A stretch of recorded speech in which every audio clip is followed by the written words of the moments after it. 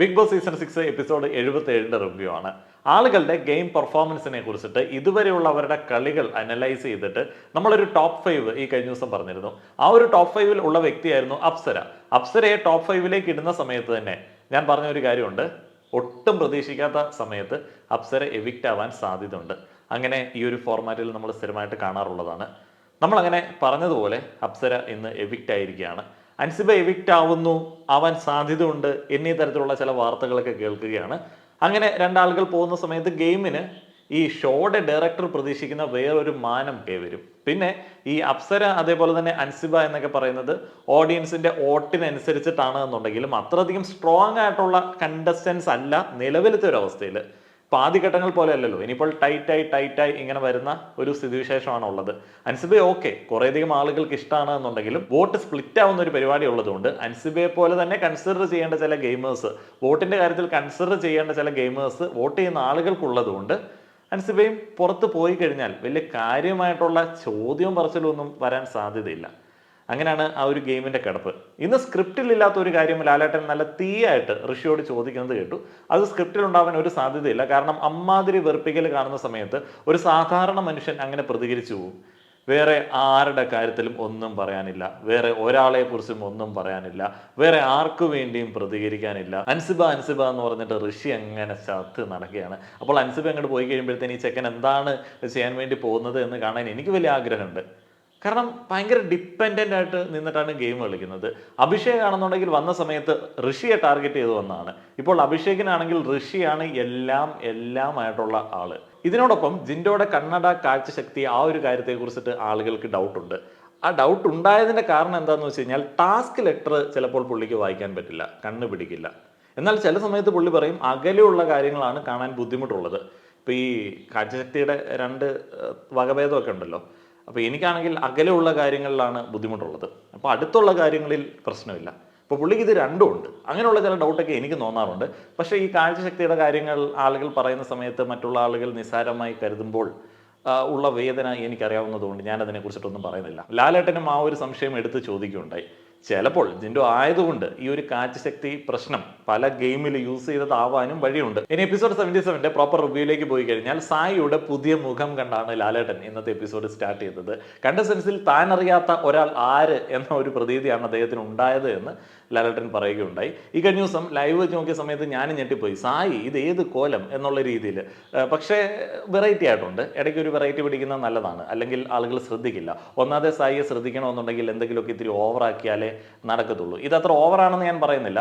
ഏതായാലും ആ ഒരു ക്രൂരകൃത്യത്തിൽ പങ്കാളികളായിട്ടുള്ള ആളുകളെ കുറിച്ചിട്ടുള്ള വീഡിയോ എപ്പിസോഡിന്റെ തുടക്കത്തിൽ പ്ലേ ചെയ്യുകയുണ്ടായി. എല്ലാവരും എന്ത് ആത്മാർത്ഥമായിട്ടാണ് ഒരുത്തനെ ഈ വഴിയിലേക്ക് എത്തിച്ചത് എന്ന് ഞാൻ ആലോചിച്ചു. വേറൊരു കാര്യത്തിലും അത്ര ഒരുമ ഞാൻ അവിടെ കണ്ടിട്ടില്ല. ജിൻഡോയ്ക്ക് ഈ ഒരു ഇളം പ്രായത്തിലുള്ള മുട്ടുവേദനയെ കുറിച്ചിട്ട് ലാലേട്ടൻ ചോദിക്കുകയുണ്ടായി. അതിന്റെ മരുന്ന് പുള്ളിക്ക് ഇഷ്ടപ്പെടാത്ത മരുന്നാണെന്നുണ്ടെങ്കിൽ പുള്ളി കഴിക്കാറില്ല, ഇഷ്ടപ്പെട്ട മരുന്നേ കഴിക്കത്തുള്ളൂ.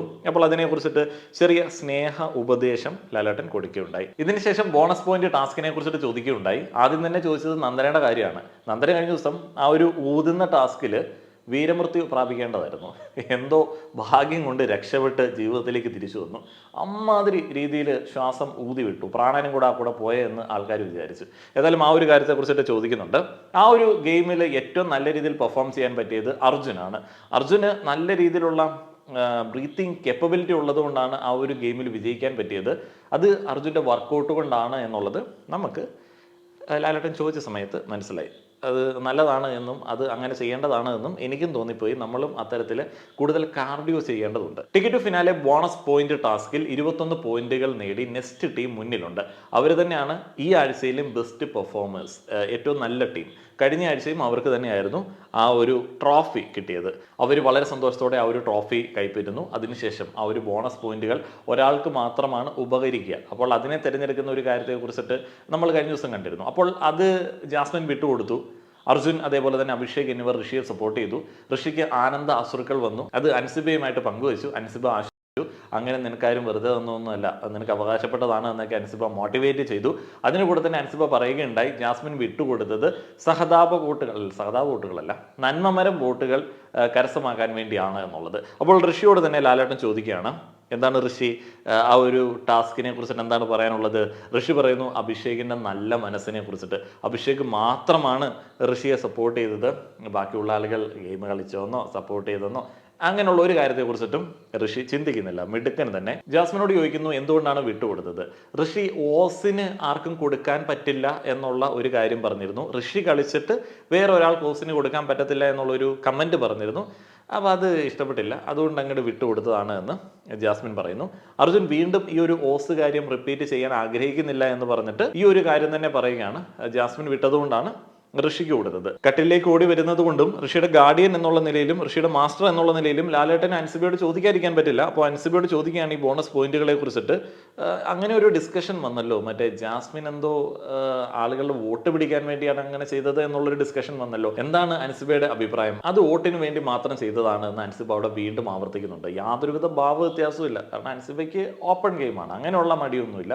ഒരാൾക്കെതിരെ എതിർപ്പുണ്ട് എന്നുണ്ടെങ്കിൽ അത് ഏതൊരു വളഞ്ഞ വഴിയാണെന്നുണ്ടെങ്കിൽ മുഖത്ത് നോക്കി പറയാനായിട്ടുള്ള ഒരു ആർജവം അൻസിബയ്ക്കുണ്ട്. അതേപോലെ ലാലേട്ടൻ ചോദിച്ചിരുന്നു എന്താണ് ഋഷി ഓടി അൻസിബയുടെ അടുത്ത് വന്നിങ്ങനെ വളരെ ഇമോഷണൽ ആയിട്ട് സംസാരിച്ചത്. അപ്പം അൻസിബ പറയുന്നത് ഇവിടെ ഏറ്റവും കൂടുതൽ സ്നേഹവും പരിഗണനയും ആ ഒരു പിഞ്ച് പൈതലിന് കൊടുത്തിട്ടുള്ളത് ഞാനാണ് സർ എന്നുള്ളത് നല്ലൊരു പിഞ്ച് പൈതൽ തന്നെയാണ് ഋഷിയെ കുറിച്ചിട്ട് നമുക്ക് കുറച്ചധികം കാര്യങ്ങൾ പറയേണ്ടതുണ്ട്. ഏതായാലും അൻസിബയുടെ ഈ ഒരു കമന്റിന് ജാസ്മിൻ മറുപടി കൊടുക്കുന്നുണ്ട്. അത് അൻസിബയുടെ കാഴ്ചപ്പാടല്ലേ?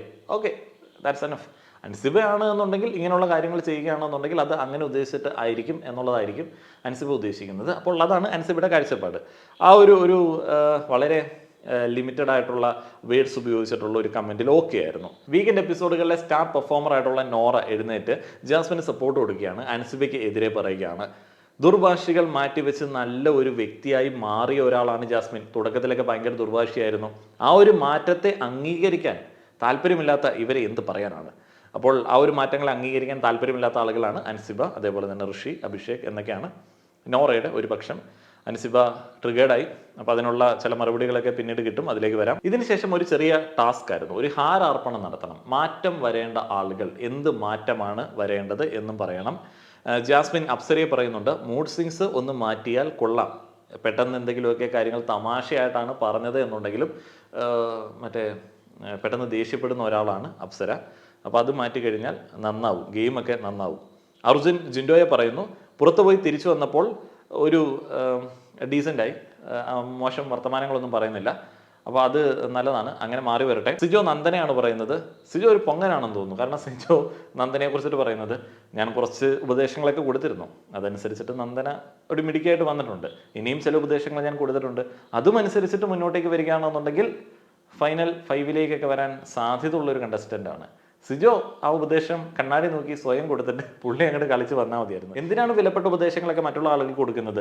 അല്ല ഇനിയിപ്പോൾ അത്ര അധികം കൊടുക്കാൻ ആഗ്രഹമുണ്ട് എന്നുണ്ടെങ്കിൽ ആ സായിക്ക് വല്ലതും കൊടുക്കുക. എന്തൊരു സേഫ് ഗെയിമറാണ്, എന്തൊരു സേഫ് ഗെയിമർ. സായി നമ്മുടെ സുഹൃത്താണ്, ബിഗ് ബോസിലേക്ക് പോകുന്നതിന് മുൻപ് എന്നെ വിളിച്ചിരുന്നു. അപ്പോൾ പറഞ്ഞ ഗെയിം പ്ലാനുകളൊക്കെ എനിക്കറിയാവുന്നതുകൊണ്ട് നിങ്ങളെക്കാളും കൂടുതൽ കോമഡിയിലാണ് ഞാനിത് ആസ്വദിക്കുന്നത്. അടുത്തത് അഭിഷേക് ഋഷിക്കാണ് കൊടുക്കുന്നത്. ഋഷിക്ക് കൊടുക്കൂ, മാലയോ ബൊക്കയോ ലഡുവോ ജിലേബിയോ എന്ത് കിട്ടിയാലും ഋഷിക്ക് കൊടുക്കൂ. അപ്പം ഋഷിക്ക് മാല കൊടുക്കുകയാണ്. ഒത്തിരിയധികം ചേഞ്ചസ് വന്നിട്ടുണ്ട്. വന്ന അന്ന് തൊട്ട് ആളുകൾ പറയുന്ന ഇതാണ്, ഋഷിക്ക് ചേഞ്ചസ് വന്നിട്ടുണ്ട്, ഋഷിക്ക് ചേഞ്ചസ് വന്നിട്ടുണ്ട് എന്നുള്ളത്. എനിക്ക് ഒരു ചേഞ്ച് ഫീൽ ചെയ്യുന്നില്ല, ഒരു ചേഞ്ച് ഫീൽ ചെയ്യാത്ത ഒരു കണ്ടസ്റ്റൻ്റ് ആണ് ഋഷി. വെറുതെ ലെവനെ പതപ്പിക്കാൻ വേണ്ടി ഇവരിങ്ങനെ പറഞ്ഞുകൊണ്ടിരിക്കുകയാണ്. അൻസിബ വരുന്നു, ഇവിടെ ഏറ്റവും കൂടുതൽ സ്നേഹവും പരിഗണനയും ഉള്ള ഒരാളാണ് ഋഷി, അതുകൊണ്ട് ഋഷിക്ക് കൊടുക്കുന്നു. അപ്സര വരുന്നു, നോറയ്ക്കാണ് കൊടുക്കുന്നത്. നോറ എടുത്തു ചാടിയുള്ള റിയാക്ഷൻസ് കുറച്ചതുകൊണ്ട്, അവഗണിക്കേണ്ട കാര്യങ്ങൾ അവഗണിക്കുന്നത് കൊണ്ട് നോറയ്ക്ക് കൊടുക്കുകയാണ്. നോറ അൻസിബയ്ക്കാണ് കൊടുക്കുന്നത്. അൻസിത്ത ചെറിയ കാര്യങ്ങൾ വലുതാക്കി ബഹിരാകാശത്തിലേക്ക് എത്തിക്കുന്നു. മാറ്റങ്ങൾ വരാൻ അൻസിത്തയ്ക്ക് ഈ ഒരു മാല ഉപകാരപ്പെടും എന്നുള്ളതാണ് നോറ പറയുന്നത്. ഏതായാലും അൻസിത്തയുടെ തത്തക്കുഞ്ഞുങ്ങൾ അവിടെ കിടന്ന് പെറുപെറുക്കുന്നുണ്ട്, അവന്മാർക്കൊന്നും അങ്ങോട്ട് പിടിക്കത്തില്ല. ഇനിയിപ്പോൾ ശ്രീതുവാണ് വരുന്നത്. ശ്രീതു ജാസ്മിനാണ് ഹാരമർപ്പിക്കുന്നത്.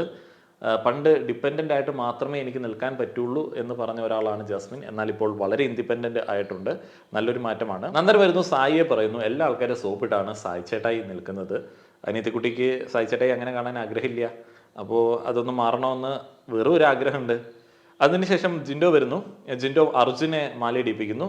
അപ്പോൾ ജിൻഡോ പറയുന്നത് അർജുൻ ഗെയിമൊക്കെ കളിക്കുന്നുണ്ട്, ടോപ്പ് 5-ലൊക്കെ വരാൻ ചാൻസ് ഉണ്ട്, കുറച്ചുകൂടെയൊക്കെ കളിക്കണം കേട്ടോ.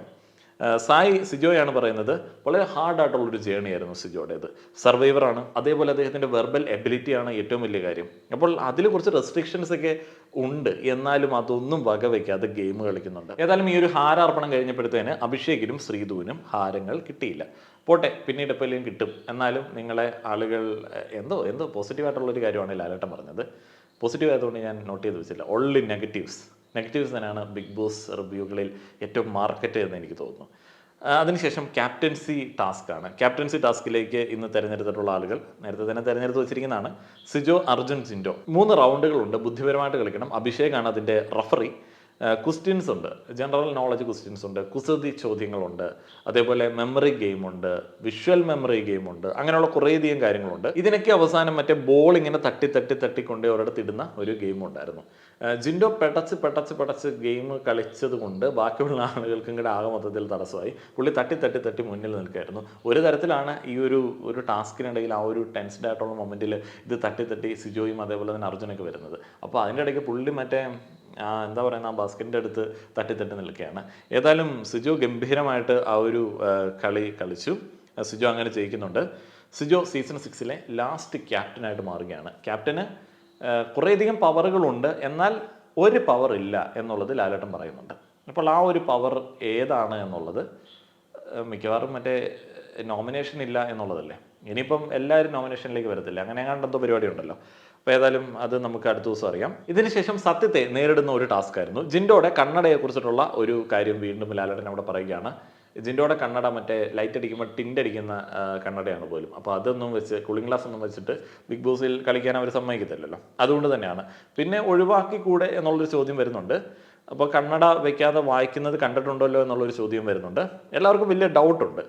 പക്ഷേ ഈ ഒരു കാര്യത്തെക്കുറിച്ചൊരു പുള്ളി കള്ളം പറയത്തില്ല. എന്നാലും കുഞ്ഞൊരു കേസാകുമ്പോഴത്തേന് അത് വെച്ച് വലിയ ഗെയിം കളിക്കാനൊക്കെ പുള്ളി ട്രൈ ചെയ്യും. അത് പുള്ളിയുടെ ഒരു ഗെയിമാണ്. ഈ കഴിഞ്ഞ ദിവസം നമ്മൾ നല്ല രീതിയിൽ കണ്ട് ആസ്വദിച്ച BB news task, Sijo, Apsara, അതേപോലെ തന്നെ സായി, അവർക്കൊരു അപ്രിസിയേഷൻ കിട്ടുന്നുണ്ട്. നല്ല ഒരു രസമുള്ള ഒരു എൻ്റർടൈൻമെൻറ്റ് പരിപാടിയായിരുന്നു. ഇതിനുശേഷം വീണ്ടും ഒരു ടാസ്ക്കാണ്. കണ്ടസ്റ്റൻസിനെ മനസ്സിലാക്കാൻ വേണ്ടിയുള്ള, പ്രേക്ഷകരിലേക്ക് ഇട്ടുകൊടുക്കാൻ വേണ്ടിയുള്ള ഒരു ടാസ്ക്കാണ്. ഒരു ചെറിയ ബൗൾ കൊണ്ടിരിക്കുകയാണ്, അതിനകത്ത് കുറേ പേപ്പേഴ്സ് ഉണ്ട്. ആ ഒരു പേപ്പർ എടുത്തിട്ട് അതിനകത്തുള്ള ചോദ്യം വായിക്കണം, അതിന് ഉത്തരം നൽകേണ്ടതുണ്ട്. ഋഷിയാണ് എടുത്തുകൊണ്ട് വരുന്നത്. ഋഷി തന്നെ ചോദിക്കുകയാണ്, ഇവിടെ കപട സൗഹൃദമുള്ള ആൾ ആരാണ്? അതാണ് ആ പേപ്പറിലുള്ളത്. ഋഷിക്ക് ആരെയും തോന്നുന്നില്ല, അവിടെ കപട സൗഹൃദമുള്ള ഒരാളെ പോലും ഋഷിക്ക് തോന്നുന്നില്ല. എല്ലാവരും നല്ല സുഹൃത്തുക്കളാണ്. ഇത് ഋഷി ക്ലിയർ ആയിട്ട് അവിടെ പറഞ്ഞതാണ്. ആരും ഫേക്ക് അല്ല. ജാസ്മിൻ അൻസിബയെ പറയുന്നുണ്ട്, അൻസിബ ഒരു ഫേക്ക് ഫ്രണ്ടാണ്. കാരണം അൻസിബയുടെ കൂടെയുള്ള ഋഷി നല്ലത് ചെയ്താലും ചീത്ത ചെയ്താലും അൻസിബ സപ്പോർട്ട് ചെയ്തുകൊണ്ട് തന്നെ ഇരിക്കും. ഒരു തെറ്റിനെ തെറ്റാണെന്ന് പറഞ്ഞ് മനസ്സിലാക്കി കൊടുക്കേണ്ട ഒരു ഉത്തരവാദിത്വം സുഹൃത്ത് എന്നുള്ള രീതിയിൽ അൻസിബ ചെയ്യുന്നില്ല. അതൊരു ഫേക്ക് ഫ്രണ്ട്ഷിപ്പാണ്. നല്ലൊരു പോയിന്റാണ്. അൻസിബയുടെ ഫ്രണ്ട്ഷിപ്പ് എന്ന് തന്നെ നമുക്ക് പറയാൻ പറ്റത്തില്ല. അൻസിബയ്ക്ക് എന്തെങ്കിലുമൊക്കെ ലാഭങ്ങൾക്ക് വേണ്ടി കൂടെ 1-2 ആളുകൾ നിൽക്കേണ്ടതുണ്ട്. അപ്പോൾ അതിനുവേണ്ടി അൻസിബയുടെ ചൊൽപ്പടിക്ക് നിൽക്കുന്ന ആൾ ആരാണോ അൻസിബയുടെ ഫ്രണ്ട്, അവരാണ്. അപ്പം ഋഷിക്ക് ആരെങ്കിലും ഡിപ്പെൻഡ് ചെയ്ത് നിൽക്കാതെ പറ്റില്ല. ഋഷി ഒരു നിഷ്കളങ്കനും, പിന്നെ ഈ മറ്റേ ശിഷ്ടൻ ദുഷ്ടൻ്റെ ഫലം ചെയ്യുന്നുള്ളതാണല്ലോ. അപ്പോൾ അങ്ങനെയുള്ള ഒരാളാണ്, നിഷ്കളങ്കനാണ്. അപ്പോൾ അൻസിബ എന്താണ് എന്നുള്ളത് മനസ്സിലാക്കാൻ പറ്റാത്തതുകൊണ്ട് പുള്ളി ഈ ഗെയിമിൽ തുടരാൻ അൻസിബയ്ക്ക് ഒപ്പമുണ്ട്. അല്ലാതെ അതിനകത്ത് ഫ്രണ്ട്ഷിപ്പ് ഒന്നും എനിക്ക് തോന്നുന്നില്ല. പിന്നെ അങ്ങനെ കൂടെ നിൽക്കുന്ന നന്ദിയുള്ള ഒരു ചെറുപ്പക്കാരനായതുകൊണ്ട് കുറച്ച് സ്നേഹം അവനിലേക്കും പോയി എന്നുള്ളൊരു തോന്നൽ എനിക്കുള്ളൂ, പച്ചയ്ക്ക് പറയുകയാണെന്നുണ്ടെങ്കിൽ. കാരണം ആ ചെക്കൻ എന്തൊക്കെ ബഹുളിത്തരാണ് കാണിക്കുന്നത്. ഒരു നല്ല സുഹൃത്താണെന്നുണ്ടെങ്കിൽ എന്തൊക്കെ കാര്യങ്ങൾ പറഞ്ഞ് മനസ്സിലാക്കി കൊടുക്കാം. ഒരു നല്ല സുഹൃത്താണെന്നുണ്ടെങ്കിൽ ഇത്രയധികം ആളുകളെക്കുറിച്ചിട്ടും സംസ്കാരത്തെക്കുറിച്ചും കുടുംബത്തെക്കുറിച്ചും പെരുമാറ്റത്തെക്കുറിച്ചിട്ടും ക്ലാസ് എടുക്കുന്ന അനുസരിച്ച് ഋഷിയുടെ മോശം പെരുമാറ്റത്തെക്കുറിച്ച് എന്തുകൊണ്ട് പറഞ്ഞു കൊടുത്തുകൂടാ? അങ്ങനെ മോശം പെരുമാറ്റം ഋഷി കാഴ്ചവെക്കുന്ന സമയത്ത് പുറത്ത് ആ ഒരു ചെറുപ്പക്കാരന് ഉണ്ടാവുന്ന നെഗറ്റീവ് ഇമേജിനെ കുറിച്ചിട്ട് എന്തുകൊണ്ട് അൻസിബയ്ക്ക് പറഞ്ഞു കൊടുക്കാൻ പറ്റുന്നില്ല? ബാക്കി എല്ലാവരുടെയും കാര്യത്തിൽ, നമ്മൾ പുറത്തിരിക്കുന്ന നമ്മളുടെ കാര്യത്തിൽ വരെ വലിയ ശ്രദ്ധയുള്ള ഒരാളാണ് അൻസിബ. അപ്പോൾ ആ ഒരു ചോദ്യം വളരെ വാലിഡാണ്. അഭിഷേക് എടുക്കുന്ന പേപ്പറിൽ സത്യസന്ധമായി നിൽക്കുന്ന വ്യക്തി ആരാണ്? ഋഷിയാണ് പറയുന്നത്. എല്ലാവരെയും വിശ്വസിക്കുന്ന ഒരു സത്യസന്ധനും നിഷ്കളങ്കനുമായിട്ടുള്ള ഒരു കുഞ്ഞാണ് ഋഷി എന്ന് അഭിഷേക് പറയുന്നു. എത്രയൊക്കെ ആരൊക്കെ എന്തൊക്കെ പറഞ്ഞാലും വിശ്വസിക്കുന്ന നിഷ്കളങ്കൻ ആണെന്ന് പറഞ്ഞാലും ഇയാൾക്കെതിരെ പറയുന്ന ഒരു വിമർശനം വിശ്വസിക്കുന്ന ഒരു രീതി പുള്ളിക്കില്ല. പുള്ളിക്കെതിരെയുള്ള വിമർശനങ്ങളല്ലാത്ത ബാക്കി എല്ലാ കാര്യത്തെയും പുള്ളിക്കാരൻ വിശ്വസിക്കും. അതൊരു പ്രത്യേകതരം നിഷ്കളങ്കതയായിട്ടാണ് എനിക്ക് തോന്നുന്നത്. അതായാലും അഭിഷേക് ഒരു മികച്ച ഗെയിമർ ആയതുകൊണ്ട് ആ ഒരു അനാലിസിസ് അദ്ദേഹത്തിന്റെ ഗെയിമിൽ സഹായകരമാകട്ടെ എന്ന് വിചാരിക്കുകയാണ്. സഹതാപം കാണിച്ച് വോട്ട് നേടുന്ന ആൾ ആരാണ്? അൻസിബ നോറയുടെ പേര് പറയുകയാണ്. മാതാപിതാ ഗുരു ദൈവം ആ ഒരു കാര്യത്തിന് വിരുദ്ധമായിട്ടൊക്കെ പെരുമാറുന്നു എന്നൊക്കെ പറഞ്ഞ് പേരൻസിന്റെ ആ ഒരു കാര്യം അൻസിബ ഇവിടെ എടുത്തിരുന്നുണ്ട്. ഈ മാതാപിതാ ഗുരു ദൈവം എന്ന് പറയുന്നത് വളരെ ഔട്ട്ഡേറ്റഡ് ആയിട്ടുള്ള, നമ്മൾ ഒരിക്കലും റെക്കമെൻഡ് ചെയ്യാൻ പാടില്ലാത്ത ഒരു സാധനമാണ്. മാതാവ്, പിതാവ്, ഗുരു, ദൈവം. ഇതിങ്ങനെ ഫിക്സ് ചെയ്യേണ്ട ആവശ്യമൊന്നുമില്ല. ആരാണോ നിങ്ങളുടെ മാതാവായിട്ട് തോന്നുന്ന ഒരാൾ, അത് കർമ്മം കൊണ്ട് തോന്നുന്ന ഒരാൾ, അയാളെ നമുക്ക് ഏറ്റവും പരമപ്രധാനമായിട്ടുള്ള സ്ഥലത്ത് പ്രതിഷ്ഠിക്കാം. മറ്റേ ഫ്ലാറ്റിന് മുകളിൽ നിന്ന് കുഞ്ഞിനെ വലിച്ചെറിഞ്ഞ അമ്മയാണ് എന്ന് വിചാരിച്ചിട്ട് നമുക്ക് ഏറ്റവും മികച്ച അമ്മയായിട്ട് നമുക്ക് മുന്നിൽ വെക്കാനായിട്ട് പറ്റുമോ? ഇല്ല, അങ്ങനെ വെക്കാനായിട്ട് പറ്റില്ല. അതേപോലെ തന്നെ പിതാവ്, ഈ കഴിഞ്ഞ ദിവസം ഒരു പിതാവ് കുട്ടിയെ ലൈംഗികമായി പീഡിപ്പിച്ചു എന്ന് പറയുന്ന ഒരു കേസ് വന്നിട്ടുണ്ട്. അപ്പോൾ എല്ലാ പിതാക്കന്മാരെയും നമുക്ക് ഈ സെക്കൻഡ് പൊസിഷനിൽ പ്രയോറിറ്റിയിൽ കൊണ്ടുവയ്ക്കാൻ പറ്റുമോ? ഗുരുക്കന്മാർ എത്ര നല്ല ഗുരുക്കന്മാരുണ്ട്. അതുകൊണ്ട് തന്നെ കർമ്മം കൊണ്ട് ഇതൊക്കെ മനസ്സിലാക്കിയിട്ട് ഓരോ ആളുകൾക്കും അർഹിക്കുന്ന സ്ഥാനം കൊടുക്കാനായിട്ടാണ് ഇന്നത്തെ കാലത്ത് വകതിരിവുള്ള ആളുകൾ പിള്ളേർക്ക് പറഞ്ഞു കൊടുക്കുന്നത്. മാതാപിതാ ഗുരു ദൈവം. അതേപോലെ തന്നെ ദൈവം, ഏത് ദൈവത്തിൽ നമ്മൾ വിശ്വസിക്കണം? പല വെറൈറ്റികളുണ്ടല്ലോ. അപ്പോൾ അതിനകത്ത് ഒരു ദൈവം എനിക്ക് വേണമല്ലോ എന്ന് വിചാരിച്ചിട്ട് അവിടെ ഒരു കോൺഫ്ലിക്റ്റ്. അപ്പോൾ ഈ ഒരു സാധനം എടുത്ത് കളയണം. മികച്ച ഗെയിം സ്ട്രാറ്റജി ഉള്ള ആൾ ആരാണ് എന്നുള്ളതാണ് സിജോ പറയേണ്ടത്. സിജോ സായിയെ പറയുകയാണ്. വളരെയധികം ഒബ്സർവിങ് എന്താ പറയുന്ന കേപ്പബിലിറ്റി ഉള്ള ഒരാളാണ് സായി. മർമ്മം നോക്കിയടിക്കാൻ കാത്തിരിക്കുകയാണ്. അവരങ്ങോട്ടും ഇങ്ങോട്ടും ഭയങ്കരമായിട്ടുള്ള ഹൈപ്പ് കൊടുക്കലാണ്. അവരങ്ങോട്ടും ഇങ്ങോട്ടും കാത്തിരിക്കുകയാണ്. നമുക്കറിയാം ഒന്നും നടക്കില്ല എന്നുള്ളത്. കാര്യങ്ങൾ വളച്ചൊടിക്കുന്നതിൽ മിടുക്കുള്ള ആളെ അപ്സര പറയുകയാണ്, അത് ജിൻഡോയാണ്. ഇരട്ടത്താപ്പ് കാണിക്കുന്ന വ്യക്തി ആരാണ് എന്നുള്ള ചോദ്യം നോറയ്ക്കാണ് കിട്ടിയത്. നോറ അൻസിബയെ പറയുന്നുണ്ട്. ജിൻഡോയെ പണ്ട് മഗ്ഗെടുത്ത് എറിഞ്ഞ് പുറത്താക്കുമെന്നൊക്കെ അൻസിബ പറഞ്ഞിരുന്നു. എന്നാൽ ആ പഴയ ജിൻഡോയെ എനിക്ക് കിട്ടണമെന്നൊക്കെ കഴിഞ്ഞ ദിവസം ഒരു ടാസ്കിൽ വന്ന് പറയുകയുണ്ടായി. അപ്പോൾ പണ്ട് ഇഷ്ടമുണ്ടായിരുന്നില്ല ജിൻഡോയെ, എന്നാൽ അന്നത്തെ ജിൻഡോയെ ഇപ്പോൾ ഇഷ്ടമാണ് എന്ന് പറയുന്നത് എന്ത് ഇരട്ടത്താപ്പാണ് എന്നുള്ളതാണ് നോറ ചോദിക്കുന്നത്. നിങ്ങളെ ചതിച്ച വ്യക്തി ആരാണ് എന്നുള്ള ചോദ്യമാണ് ശ്രീധുവിന് കിട്ടിയത്. സിജോ ആണ് എന്ന് തമാശ രൂപേണ പറയുന്നു. അത് ഒരു വളരെ തമാശയായിട്ട് തന്നെയാണ് പറയുന്നത്. ജയിൽ നോമിനേഷനിൽ വെച്ചിട്ട് അവസാനം ആപ്പ് വെച്ചു എന്നൊക്കെ ശ്രീധു പറയുന്നുണ്ട്. അർജുന് അൻസിബയെ വിശ്വാസമില്ല, പഴയ പണക്കം ഉള്ളിലിട്ടുകൊണ്ട് നടക്കുകയാണ്. ഇവിടെ നിൽക്കാൻ യോഗ്യതയില്ലാത്ത ഗെയിമർ ആരാണ്? സായി ജാസ്മിനെ പറയുകയാണ്. വളരെ വൈകി തുടങ്ങിയ ഒരു കളിയാണ് സായിയും ജാസ്മിനുമായിട്ടുള്ളത്. അതും ജാസ്മിൻ അങ്ങോട്ടേക്ക് പോയി സായിയെ ഇങ്ങനെ പ്രൊവോക്ക് ചെയ്തിട്ടാണ് സായിയെ കൊണ്ട് കളിപ്പിക്കുന്നത്. ജാസ്മിനെ അല്ലാതെ വേറെ ആരെ ഇപ്പോൾ പറയാൻ പറ്റും? കാരണം എല്ലാവരുമായിട്ടും ഭയങ്കര സ്നേഹമാണ്, സേഫ് ഗെയിമാണ്. അപ്പോൾ എല്ലാവരുടെയും ഈ ഒരു ലോക്കിൽ കിടക്കുകയാണ് സായി. ഇപ്പോൾ ജാസ്മിനോട് മാത്രം എന്ത് വേണമെങ്കിലും പറയാം. ഇത് പണ്ട് ഈ കണ്ടസ്റ്റൻസ് ജാസ്മിനെതിരെ എടുത്തുകൊണ്ടിരുന്ന കളിയാണ്. ഏതായാലും സായി വളരെ വൈകിയെങ്കിലും ആ ഒരു കളി സ്റ്റാർട്ട് ചെയ്തിട്ടുണ്ട്. എന്തെങ്കിലുമൊക്കെ സ്റ്റാർട്ട് ചെയ്യട്ടെ. ഏറ്റവും മോശപ്പെട്ട ഗെയിം കളിക്കുന്നത് ആരാണ്? ജാസ്മിൻ ജിൻഡോയെ പറയുകയാണ്. അപ്പോൾ ജിൻഡോ എൻ്റെ കയ്യിൽ രോമൊക്കെ പറിച്ച് എറിഞ്ഞൊരു മാസൊക്കെ കാണിക്കുന്നു. അപ്പോൾ ആ ഒരു മോശപ്പെട്ട ഗെയിമിൻ്റെ എക്സാമ്പിളായിട്ട് ജാസ്മിൻ അത് എടുത്ത് കാണിക്കുന്നുണ്ട്. അതേപോലെ തന്നെ അടുത്തത്, ഫൈനൽ വരെ എത്തി നിൽക്കില്ല എന്ന് വിചാരിക്കുന്ന ആൾ ആരാണ്? ജിൻഡോയ്ക്കാണ് ചോദ്യം കിട്ടിയത്. ജാസ്മിൻ ആണ് അത് എന്ന് പറയുന്നു. ഭയങ്കരമായിട്ട് ഡൗൺ ആയിപ്പോയി എന്നൊക്കെ ജിൻഡോ അവിടെ പറയുന്നുണ്ട്. ലാലേട്ടൻ ഏതായാലും കട്ടക്കലിപ്പായി പോയി. ഏതായാലും ഈ ഒരു ടാസ്കിൽ ആർക്കെങ്കിലും മറുപടി പറയേണ്ടതുണ്ടോ എന്നുള്ളത് ലാലേട്ടൻ ചോദിക്കുകയുണ്ടായി. നോറ, അൻസിബ, ജാസ്മിൻ, ഋഷി. നോറ അദ്ദേഹത്തിനെതിരെ അൻസിബ പറഞ്ഞ വിക്ടിം ഗെയിം ആരോപണത്തെ കുറിച്ചിട്ട് ഒരു എക്സ്പ്ലനേഷൻ കൊടുക്കുന്നുണ്ട്. അത് അത്ര കൺവിൻസിങ് ആയിട്ട് തോന്നിയില്ല. അൻസിബ ഒരു ഫേക്ക് ഫ്രണ്ട്ഷിപ്പിനെ കുറിച്ചിട്ട് പറയുന്നുണ്ട്. അപ്പോൾ അതിൻ്റെ ഇടയ്ക്ക് ഒരു മാസ സാധനം കൂടെ എടുത്തിട്ടു. മറ്റേ സാധനം, ഞാൻ ആരെയും തിരുത്താനായിട്ട് യോഗ്യമായിട്ടുള്ളൊരു വ്യക്തിയല്ല. എന്നാൽ പിന്നെ എന്തിനാണ് നോറയുടെ കാര്യത്തിൽ തിരുത്താൻ വേണ്ടിയും മറ്റേ പേരൻസിനെ കുറിച്ചിട്ടും കുടുംബ ബന്ധങ്ങളെ കുറിച്ചിട്ടും ക്ലാസ് എടുക്കാൻ വേണ്ടി പോയത്? നോറയെ തിരുത്താതിരുന്നൂടെ? ഋഷിയെ തിരുത്താൻ യോഗ്യതയില്ലാത്ത വ്യക്തിക്ക് ബാക്കി എല്ലാ ആൾക്കാരും തിരുത്താൻ വലിയ യോഗ്യതയുണ്ട്. ഭയങ്കര ഇരട്ടത്താപ്പ് തന്നെ. അൻസിബ പറഞ്ഞത് കൂടുതൽ ഒന്നും കൂടെ ആളുകൾക്ക് മനസ്സിലാവാൻ വേണ്ടി ഋഷി എഴുന്നേറ്റ് സഹായിക്കാൻ വരുന്നുണ്ട്. അപ്പോഴത്തേനെ ലാലേട്ടൻ കട്ടക്കലിപ്പായി. താനല്ലേ പറഞ്ഞു ഇവിടെ ആർക്കും ഫേക്ക് ഫ്രണ്ട്ഷിപ്പ് ഇല്ല എന്നുള്ളത്. തനിക്ക് ഒരു അവസരം കിട്ടി, പിന്നെ ഇവർ പറഞ്ഞതിൽ കയറി തൂങ്ങേണ്ട ആവശ്യമുണ്ടോ എന്ന് ലാലേട്ടൻ പച്ചയ്ക്ക് ചോദിക്കുകയും ഋഷി ആകമൊത്തത്തിൽ വിഷമത്തിലാവുകയും ചെയ്തു. ഇനിയിപ്പോൾ കഴിഞ്ഞ മറ്റേ ഹോട്ടൽ ടാസ്കിന് ശേഷമുള്ള വീക്കെൻഡ് എപ്പിസോഡ് പോലെ കരഞ്ഞ് ഇരിക്കുന്ന സീനുകൾ കാണാൻ സാധ്യതയുണ്ട്. അൻസിബ പോവാണ് എന്നുണ്ടെങ്കിൽ ബിഗ് ബോസ് അതിനുള്ള സജ്ജീകരണങ്ങൾ ചെയ്യേണ്ടതാണ്. സിബിനാണ് പറഞ്ഞത് അവിടെ ആംബുലൻസ് ഒക്കെ വരാനായിട്ട് ഭയങ്കര സമയമെടുക്കും എന്നുള്ളത്. പക്ഷെ അങ്ങനെയുള്ളൊരു ബുദ്ധിമുട്ടുണ്ടെന്നുണ്ടെങ്കിൽ നേരത്തെ തന്നെ വണ്ടി ഒരെണ്ണം വിളിച്ച് പുറത്തിട്ടേക്ക്. ഋഷിയെ കൊണ്ടുപോകേണ്ട വരും. ഋഷി എങ്ങനെ പെരുമാറും എന്നുള്ളത് എനിക്കറിയില്ല. അൻസിബ എവിക്റ്റ് ആവുന്ന സമയത്ത് അത് ഭീകരമായിരിക്കും. ജാസ്മിൻ വളരെ മോശം ഗെയിമാണെന്ന് ജിൻഡോ പറഞ്ഞതിനെ കുറിച്ചിട്ട് ജാസ്മിൻ ഒരു എക്സ്പ്ലനേഷൻ കൊടുക്കുകയാണ്. അതൊന്നും നമ്മൾ എടുത്ത് പറയേണ്ട ആവശ്യമൊന്നുമില്ല. ജാസ്മിൻ തിരിച്ച് കയറി വരുമെന്നൊക്കെയുള്ള ഒരു പ്രതീക്ഷ നമുക്ക് തരികയാണ്. അതിനുശേഷം എവിക്ഷൻ പരിപാടിയാണ്. നല്ല രസമുള്ള പരിപാടിയായിരുന്നു. ഓരോ കളങ്ങളിൽ ഓരോ കാർഡുകൾ വെച്ചിട്ടുണ്ട്.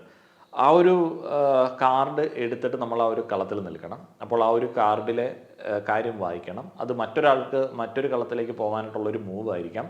ഇങ്ങനെ പറഞ്ഞ് പുറത്തുനിന്ന് ആൾക്കാരൊക്കെ ഇങ്ങോട്ടേക്ക് കൊണ്ടുവന്ന് ഇങ്ങനെ മുന്നോട്ടേക്ക് വരുന്ന സമയത്ത് ഒരു കാർഡ് കിട്ടും. അപ്പോൾ അതിൽ സേവ് ആണോ എവിക്റ്റ് ആണോ എന്നുള്ളത് അറിയാം. അങ്ങനെ അപ്സര എവിക്റ്റ് ആവുകയാണ്. നമ്മൾ കഴിഞ്ഞ ദിവസം മറ്റേ ടോപ്പ് 5-നകത്ത് പറഞ്ഞതുപോലെ വളരെ അൺപ്രഡിക്റ്റബിൾ ആയിട്ടുള്ള ഒരു എവിക്ഷൻ സിറ്റുവേഷൻ ആയിരിക്കും അപ്സരയ്ക്ക് ഫേസ് ചെയ്യേണ്ടി വരിക. അത് വളരെ പെട്ടെന്ന് തന്നെ എവിക്റ്റ് ആയിപ്പോയി. എനിക്കറിയായിരുന്നു ഈ ആഴ്ചകളിൽ പോകാൻ സാധ്യതയുണ്ട് എന്നുള്ളത്. അല്ലാതെ ആര് പോകാനാണ്. നമ്മളവർ ടോപ്പ് 5-ലേക്ക് ഇട്ടത് നല്ലൊരു ഗെയിമറാണ്. നല്ല ഗെയിമേഴ്സ് ആയിട്ടുള്ള പല ആളുകളും പല സീസണുകളിലും ആദ്യം തന്നെ പോയിട്ടുണ്ട്. അൺഫെയർ എന്ന് പറഞ്ഞിട്ടുണ്ട്. വേറെ ആളുകൾ അവിടെ നിന്നിട്ടുണ്ട്. അവർ നിൽക്കുന്നത് എന്തുകൊണ്ടാണ്? ആളുകൾക്ക് ഓരോരോ കൗതുകങ്ങളും ഓരോരോ രസങ്ങളൊക്കെ അല്ലേ. അപ്പോൾ അവരുടെ വോട്ടിംഗ് ഒക്കെ അങ്ങനെ സ്പ്ലിറ്റായി വേറെ ആളുകൾക്കൊക്കെ പോയി ചില അജണ്ടകളൊക്കെ വയ്ക്കുന്ന സമയത്ത് നല്ല ഗെയിമേഴ്സ് പുറത്തു പോകാനായിട്ടുള്ള സാധ്യത ഉണ്ട്. അങ്ങനെ അപ്സര പുറത്തു പോവുകയാണ്.